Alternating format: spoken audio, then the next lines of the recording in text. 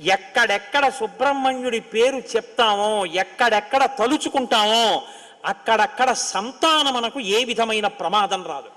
సుబ్రహ్మణ్యుడికి నమస్కారం చేస్తే కుజగ్రహ దోషం కూడా ఉపశమిస్తుంది. ఎక్కడెక్కడ షణ్ముఖుణ్ణి ఆరాధన చేస్తారో అక్కడ ఐశ్వర్యం పరిడవిల్లుతుంది. పక్కన ఉన్నటువంటి తమిళ దేశం, ద్రవిడ దేశంలో అంత ఐశ్వర్యం వచ్చింది, అన్ని పరిశ్రమలు వచ్చాయంటే కారణం ఏమిటో తెలుసా అండి? సుబ్రహ్మణ్యారాధన. వాళ్ళు విపరీతమైన సుబ్రహ్మణ్యారాధన చేస్తారు. సుబ్రహ్మణ్య ఆరాధనం చేసినా, షణ్ముఖుడికి ప్రదక్షిణం చేసినా, ఆయనకి నమస్కారం చేసినా జ్ఞానము, ఐశ్వర్యము, సంతానము, సంతానమునకు క్షేమము, ఆయువు, ఆరోగ్యము అన్నీ కలుగుతాయి.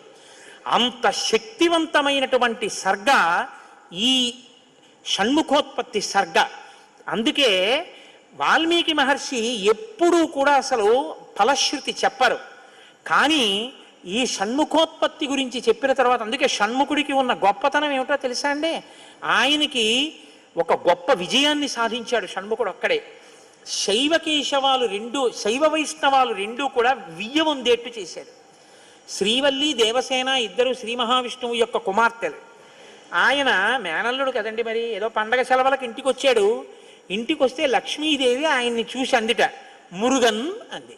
మురుగన్ అంటే మేనల్లుడు అని. మరుమగన్ అన్నట్టు విష్ణువు. మరుమగన్ అంటే చాలా అందగాడు అన్నట్టు. ఇద్దరు అలా అనుకోవడం ఎందుకో తెలుసా అండి? మన పిల్లలకు బాగుంటాడు అని.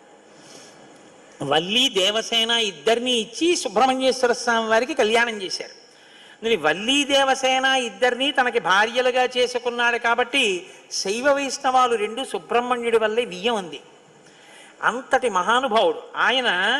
మహాజ్ఞాని, యుక్తకేశుడై గుండుతో గోచి పెట్టుకుని నిలబడి ఉంటాడు. అందుకే సుబ్రహ్మణ్య క్షేత్రాల్లో స్వామి వలయలో అలా నిలబడి ఉంటాడు.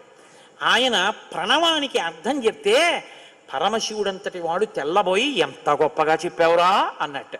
నాన్నగారు అలా అంటే కుదరదు, ఇది ప్రణవ రహస్యోపదేశం కదా, మీరు కూడా మడి కట్టుకుని వచ్చి శిష్యుడిగా కూర్చోండి చెప్తానన్నట్టు.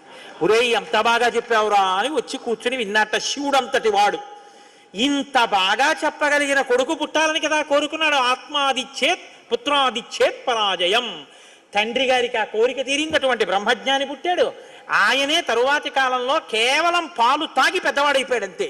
అయిపోగానే ఆయన్ని దేవసేనకి తీసుకొచ్చి పట్టాభిషేకం చేసేశారు. సేనాధిపతి అయిపోయాడు. తారకాసుర సంహారం చేశాడు. దేవతలందరూ సంతోషించారు. అమ్మ అందమంతా మూర్తిభవించి ఉంటుంది. అందుకే ఇంతంత బుగ్గలు, ఎర్రటి మనిషి, ఆహారాలు, చిన్న పట్టుబట్ట, ఎప్పుడు అమ్మ శక్తి అంతా చేతిలో శూలంగా పట్టుకుని ఆ కుక్కుట ధ్వజం, ఆ నెమలి మీద కూర్చుంటే ముద్దులు మూట కడుతూ ఎంత అందంగా